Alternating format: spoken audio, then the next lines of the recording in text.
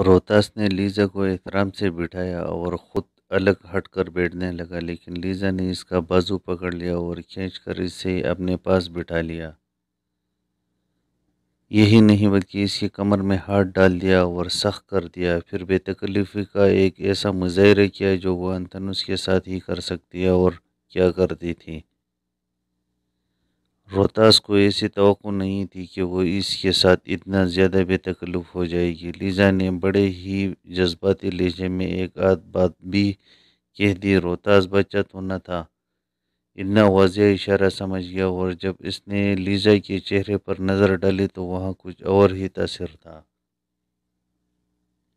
میرے دل میں آپ کا احترام ہے، روتاس نے کہا، بے شک آپ شاہی خاندان سے باگ آئی ہیں، لیکن میں خود اس خاندان کا فرد ہوں، اس لیے آپ کا احترام کرتا ہوں۔ اگر میں یہ ذہن سے اتار دوں کہ آپ شاہی خاندان کے ابرو ہیں تو میں یہ نہیں بول سکتا کہ آپ میرے جرنیل اور کمانڈر انتھنوس کے دوست ہیں۔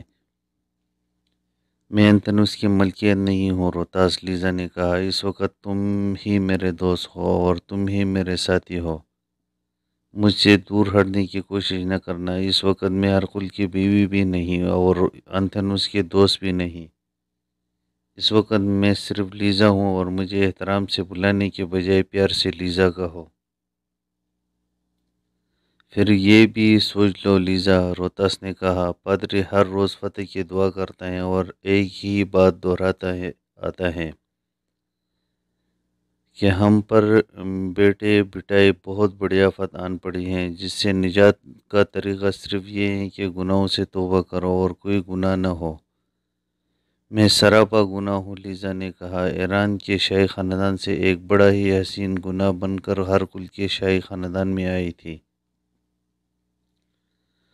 لیکن اس گناہ میں ناکام رہی، اور جب شاہ ہرقل نے میرے ساتھ شادی کر کے تھوڑے ہی عرصے بعد حرم میں پھینک دیا تو میں نے ایک اور گناہ کیا۔ لیزا نے جذبات سے مغلوب ہو کر روتاس کو تفصیل سے سنایا کہ اس نے انتھنوس کو کس طرح اپنی تسکین کا ذریعہ بنایا تھا اور کس طرح اس کے ساتھ یہ دوستی در پردہ نبھاتی رہی۔ اس نے اس راز سے بھی پردہ اٹھا دیا ہے کہ یوکلس ہرقل کا نہیں، انتھنوس کا بیٹا ہے۔ تم غلط سمجھ رہی ہو، لیزا نے کہا، تم یہ سمجھتے رہے کہ میں بھی انتھنوس کے اس عزم میں شامل ہوں کہ ہم شام میں یسوع مسیح کی سلطنت قائم کریں گے۔ انتھنوس بھی یہی سمجھتا ہے کہ میرا بھی یہی عزم ہے، لیکن روتاس، میں تمہیں سچ بتاتی ہوں کہ میں اپنے اکلوتے بیٹے یوکلس کو ہرقل اور اس کے بیٹے قسطنطین کے ہاتھوں سے قتل ہونے سے بچانے کے لیے انتھنوس کے ساتھ آ گئی۔ لیزا نے روتاس کو یہ بھی بتا دیا ہے کہ ہرقل اور قسطنطین یوکلس کو قتل کروانا چاہتے تھے، لیکن انتھنوس نے بروقت دیکھ لیا اور قاتلوں کو قتل کر ڈالا۔ لیزا نے یہ واقعہ بھی روتاس کو تفصیل سے سنایا اور کہا، انتھنوس بھی اس وجہ سے بھاگ گئے ہیں کہ یوکلس اس کا اپنا بیٹا ہے، اور دوسرا یہ کہ ہرقل انتھنوس کو بھی قتل کروا دے گا۔ میں یہ ساری بات سن کر حیران نہیں ہوا، روتاس نے کہا، یہ سب کچھ شاہی خاندانوں میں ہوتا ہی رہتا ہے، ایک کی بیوی دوسرے کی داشتہ ہوتی ہے، بادشاہ کے بیٹے بادشاہ کے دوسرے بیویوں یا داشتاؤں کے ساتھ تعلقات بنا لیتے ہیں۔ میں تو یہاں تک کہوں گا کہ بادشاہ کی شکست کے درپردہ وجہ یہی ہے۔ کیا تم نے کبھی سوچا بھی تھا کہ ایران اور روم جیسی زبردست طاقت عرب کے عام اور انتہائی معمولی لوگوں سے شکست کھا جائے گی؟ شکست بھی ایسی کہ بادشاہ بھاگتے اور پناہ ڈھونڈتے پھریں گے۔ مسلمان ہمارے دشمن ہی صحیح، لیکن میں جاسوسی کے لیے مختلف بے روپ دھار کے مسلمانوں کی آبادیوں میں بھی رہا اور ان کے خیموں میں بھی گھوما پھرا تھا۔ ان کے یہاں عیش و عشرت کا کوئی تصور ہی نہیں، ان کی کردار پہاڑی چشمے سے پھوٹنے والے پانی کی طرح شفاف ہوتے ہیں، سطح پر دیکھو تو چشمے جس طرح نظر آتے ہیں مسلمان بالکل ایسے ہی ہیں۔ یہ ہے ان کی اصل طاقت، جس کے سامنے کوئی جنگی طاقت نہیں ٹھہر سکتی۔ میرا مشورہ مان لو لیزا، اب بھی تم اس گناہ سے بچ سکتی ہو۔ انتنس کو لے کر گرجے میں جاؤ اور اس کے ساتھ باقاعدہ شادی کر لو۔ تم میرے بات کیوں نہیں سمجھتے؟ روتاس لیزا نے اکتاہٹ سے کہا، مجھے انتنس کے ساتھ وہ محبت ہی نہیں جو تم سمجھ رہی ہو۔ ہرکل سے محبت ہو گئی تھی، لیکن اس نے میرے ساتھ جو سلوک کیا اس سے میں سمجھ گئی کہ یہ شخص محبت کے قابل تھا ہی نہیں۔ میں نے اس جنرل انتھنوس کے ساتھ دوستی لگا کر اسے دھوکے دی۔ میں انسان اور جوان عورت ہوں۔ تمہیں بتایا ہے کہ میں اپنے اکلوتے بیٹے کو قتل سے بچانے کے لیے اسے ساتھ لے کر انتھنوس کے ساتھ بھاگ آئی۔ اس کے باوجود لیزا اور روتاس نے کہا، ہمیں انتھنوس کے اس عزم کا احترام کرنا چاہیے کہ وہ یسوع مسیح کی سلطنت قائم کرنا چاہتا ہے۔ اس کے ساتھ ہمیں پورا تعاون کرنا چاہیے۔ تم کمعقل انسان ہو روتاس، لیزا نے تنزیہ سی مسکراہٹ سے کہا۔ جاسوسی کے محکمے کے ایک ذمہ دار افسر کو اتنا کم فہم نہیں ہونا چاہیے۔ غور کرو، گہرائی میں جاؤ اور پسپائی اور شکست کا جو تجربہ ہمیں ہوا ہے اس پر غور کرو۔ انتھنوس ایسا خواب دیکھ رہا ہے جس کی کوئی تعمیر نہیں ہوا کرتی۔ ان تھوڑی سی مسلمانوں نے ایران اور روم کے بادشاہوں کو کچل ڈالا ہے۔ انتھنوس ناتجربہ کار قبائلیوں کے بل بوتے پر مسلمانوں کو شکست نہیں دے سکتا۔ یہ بات تم خود سمجھ سکتے ہو۔ یہ تو معاشرہ ہے اور ہم قلعے میں محفوظ ہیں، اس لیے اتنے دن گزر گئے۔ اگر یہ کھلے میدان کی لڑائی ہوتے تو سورج غروب ہونے سے پہلے مسلمان لڑائی کا فیصلہ اپنے حق میں کر چکے ہوتے۔ اتنی مایوسی لیزا، روتاس نے ہلکی سی مسکراہٹ سے کہا، تم انتنوس اور یوکلس کے ساتھ بھی ایسی ہی باتیں کیا کرتی ہو؟ نہیں، لیزا نے کہا، ان کے ساتھ تو میں نے اس مسئلے پر کبھی بات کی ہی نہیں۔ ان دونوں کو یقین ہے کہ وہ معاشرہ توڑ کر مسلمانوں کو یہاں سے بھگا دیں گے۔ لیزا روتاس کو کچھ اور قریب کر لیا اور جذباتی سی سرگوشی میں کہا، کیا تم پسند نہیں کرو گے کہ اس وقت ہم اس مسئلے پر بات نہ کریں؟ کیا تم ابھی تک مجھے نہیں سمجھی؟ روتاس بھی آخر جوان آدمی تھا اور وہ بھی شاہی خاندان کا تھا، کوئی زاہد اور پارسا تو نہ تھا۔ اس پر بھی وہی خمار طاری ہونے لگا جس سے لیزا مخمور تھی۔ زیادہ دیر نہیں گزری تھی کہ روتاس اس طرح لیزا کے جذبات کی جال میں آ گیا جیسے مکھی مکڑی کے جال میں آ جاتی ہے۔ لیزا جب وہاں سے جانے لگی تو اس کے چہرے پر تعصب کا شائبہ تک نہ تھا، بلکہ وہ مطمئن اور مسرور لگتی تھی۔ یہ بھی سوچا ہے لیزا؟ روتاس نے پوچھا، اگر انتھنوس کو ہمارے اس دوستی کا پتہ چل گیا تو کیا ہوگا؟ بہت برا ہوگا، لیزا نے ہلکی سی لہجے میں جواب دیا۔ انتھنوس شاید تمہیں قتل کر دے گا، لیکن ہم اسے پتہ ہی کیوں چلنے دیں گے؟ دونوں نے ایک دوسرے کے ہاتھ پکڑ لیے اور لیزا وہاں سے چل دی۔ معاشرے کی بات یہاں تک پہنچی تھی کہ مجاہدین نے فتیلے والے تیر شہر کے اندر پھینکنے شروع کر دی تھی، لیکن دیواروں کے اوپر سے تیر آبادی کے اندر تک پہنچانا ممکن نہیں تھا۔ ایک بلند جگہ مل گئی تھی جس میں چڑھ کر تیر انداز تیر پھینکتے تھے اور بعض تیر انداز درختوں پر چڑھ گئے اور وہاں سے فتیلے والے تیر اندر پھینکنے لگے۔ لوگوں کے مکان دیوار سے دور تھے، اس لیے یہ تیر بے اثر ثابت ہو رہے تھے۔ درخت پر چڑھ کر تیر پھینکنے والے مجاہدین میں سے ایک نے ایک روز دیوار کے اندر خیمے دیکھ لیے جو دوسری طرف ہے۔ اس طرف دیوار کے قریب نہ کوئی درخت تھا اور نہ کوئی بلند جگہ۔ یہ دیکھ لیا گیا کہ خیمے اس طرف کی دیوار تک چلی گئی تھی۔ پہلے بیان ہو چکا ہے کہ مختلف قبیلوں کے عیسائی پناہ گزینوں کے روپ میں داخل ہوتے رہے تھے اور وہ ہتھیار چھپا کر اپنے ساتھ لے جاتے تھے۔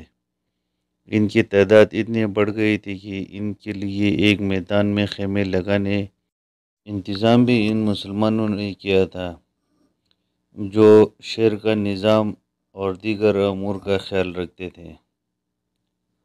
شہر کا انتظام اور دیگر سرکاری امور چلاتے تھے۔ دیکھتے ہی دیکھتے خیموں کی ایک بستی آباد ہو گئی جن میں قبائلیوں کے پورے کنبے رہائش پذیر ہو گئے۔ خیموں کو دیکھنے والے مجاہد نے یہ بات سالاروں تک پہنچا دیا اور انہیں بتایا کہ اس طرف سے اگر تیر پھینک کی جائے تو دیوار کے اوپر سے ہوتے ہوئے یہ تیر خیموں کے اوپر گریں گے۔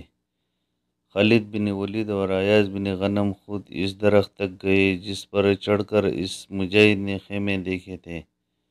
دونوں سالاروں نے کچھ اور اوپر چڑھ کر خیمے دیکھے۔ وہاں سے خیموں کی طرف اوپر کے حصے نظر آتے تھے کیونکہ درمیان میں شیر کے مکان حائل تھے۔ خدا کی قسم ابن غنم، خالد بن ولید نے پرمسرت لہجے میں ایاز بن غنم سے کہا، ہم شہر میں دہشت پھیلا سکتے ہیں۔ اگر ہم شہر میں خوف و ہراس پیدا کرنے میں کامیاب ہو گئے تو سمجھو ہم نے آدھی فتح حاصل کر لی۔ سپہ سالار ایاز بن غنم نے کہا، اللہ کے فضل و کرم سے آخر فتح ہمارے ہوگی۔ شہر میں کوئی فوج نہیں، شیروں کا ہجوم ہے۔ میرے دفاع میں ہی ایک ترکیب آتے ہیں کہ ان لوگوں کو یہ دھوکہ دیا جائے کہ ہم محاصرہ اٹھا رہے ہیں لیکن محاصرہ فوراً نہ اٹھایا جائے، سواروں کے ایک دو دستے یہاں سے ہٹا دی جائے، پھر اپنی سرگرمیاں بھی روک دی جائے تاکہ شہر کے لوگ یہ سمجھ لیں کہ ہم محاصرے کی کامیابی سے مایوس ہو گئے ہیں۔ سالار ایاز بن غنم نے یہ بات درخت سے اتر کر کہی تھی۔ خالد بن ولید گھوڑے پر سوار ہوتے ہوتے رک گئے اور پاؤں رکاب سے نکال کر اس کی طرف دیکھنے لگے۔ ان کے چہرے پر ایسا تاثر آ گیا تھا جسے انہیں یہ مشورہ اچھا لگا ہو۔ خدا کی قسم ابن غنم، خالد بن ولید نے ایاز کے کندھے پر ہاتھ مار کر کہا، تم نے مجھے ایک روشنی دکھا دی ہے، آؤ کہیں بیٹھ کر سوچتے ہیں کہ ہم انہیں یہ دھوکہ کس طرح دے سکتے ہیں۔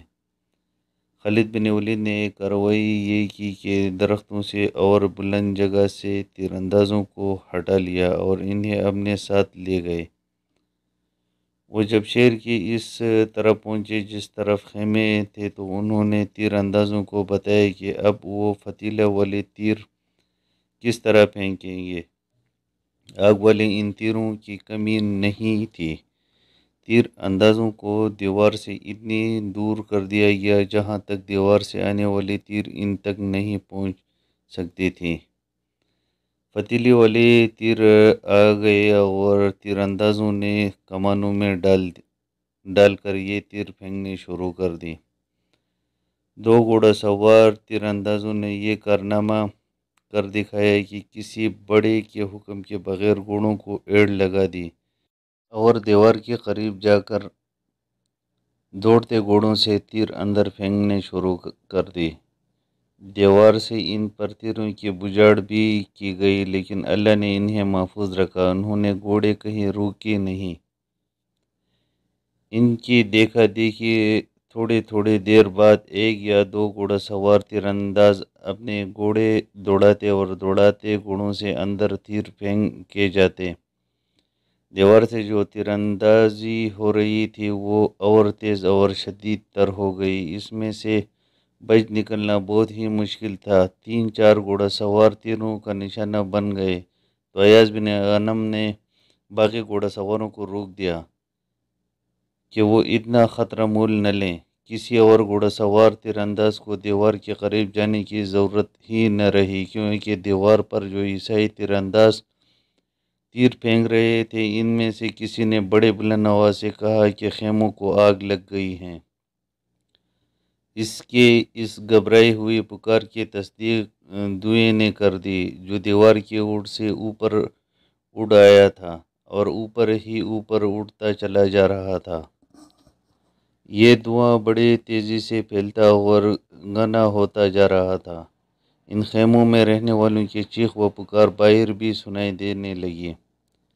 خیمے بہت ہی زیادہ تھے اور ایک دوسرے کے بالکل قریب لگی ہوئی تھی۔ ایک جلتا ہوا خیمہ دائیں بائیں والے خیمے کو جلا رہا تھا اور آگ بڑی تیزی سے پھیلتی جا رہی تھی۔ مورخین نے لکھا ہے کہ جلتے ہوئے خیموں میں سے جلنے والوں میں سے اکثر کے کپڑوں کو آگ لگ جاتی۔ اکثر کے کپڑوں کو آگ لگی تھی کئی ایک تو نکل بھی نہ سکے اور زندہ جل گئے۔ دیوار پر جو عیسائی کھڑے تیر اور برچیاں پھینک رہے تھے وہ ایسے گھبرائے کہ وہاں سے دوڑ پڑے اور خیموں کی آگ بجھانے کے لیے نیچے اترے۔ دیوار کا خاصا حصہ خالی ہو گیا۔ مجاہدین دو رسی لے کر دیوار تک پہنچے اور کمانیں دیوار پر پھینکی۔ کمانیں بالکل صحیح جگہ پر پہنچ کر اٹک گئی تو مجاہدین رسوں پر چڑھنے لگے، لیکن دائیں اور بائیں سے ان پر تیروں کی بجھاڑ آنے لگی۔ پیچھے والے بہت سے مجاہدین دوڑتے ہوئے آگے آئے اور دیوار والے تیر اندازوں پر تیر چلانے شروع کر دی۔ بہت سے عیسائی تیر انداز تیروں کا نشانہ بنے اور دو تین دیوار کے باہر بھی گرے، لیکن وہ اپنا کام کر چکے تھے۔ وہ یہ کہ رسوں پر چڑھنے والے مجاہدین کے جسموں میں کئی تیر اتر گئے تھے اور وہ رسوں سے نیچے آ پڑے تھے۔ دلیری اور جذبہ شجاعت کا یہ مظاہرہ بھی کامیاب نہ ہو سکا، لیکن اس مظاہرے نے مجاہدین میں نئے روح پھونک دی۔ کئی مجاہدین دیوار کی طرف دوڑ کے گئے۔ وہ رسوں سے اوپر چڑھ جائیں گے، لیکن ایک تو انہیں سالاروں نے روک دیا اور دوسرے یہ کہ اوپر جہاں رسے اٹک گئے تھے وہاں سے قبائلیوں نے رسے اتار پھینکی۔ شہر کے اندر کا شور و غل بتا رہا تھا کہ جلتے ہوئے خیموں نے اندر کیسی صورتحال پیدا کر دی ہے۔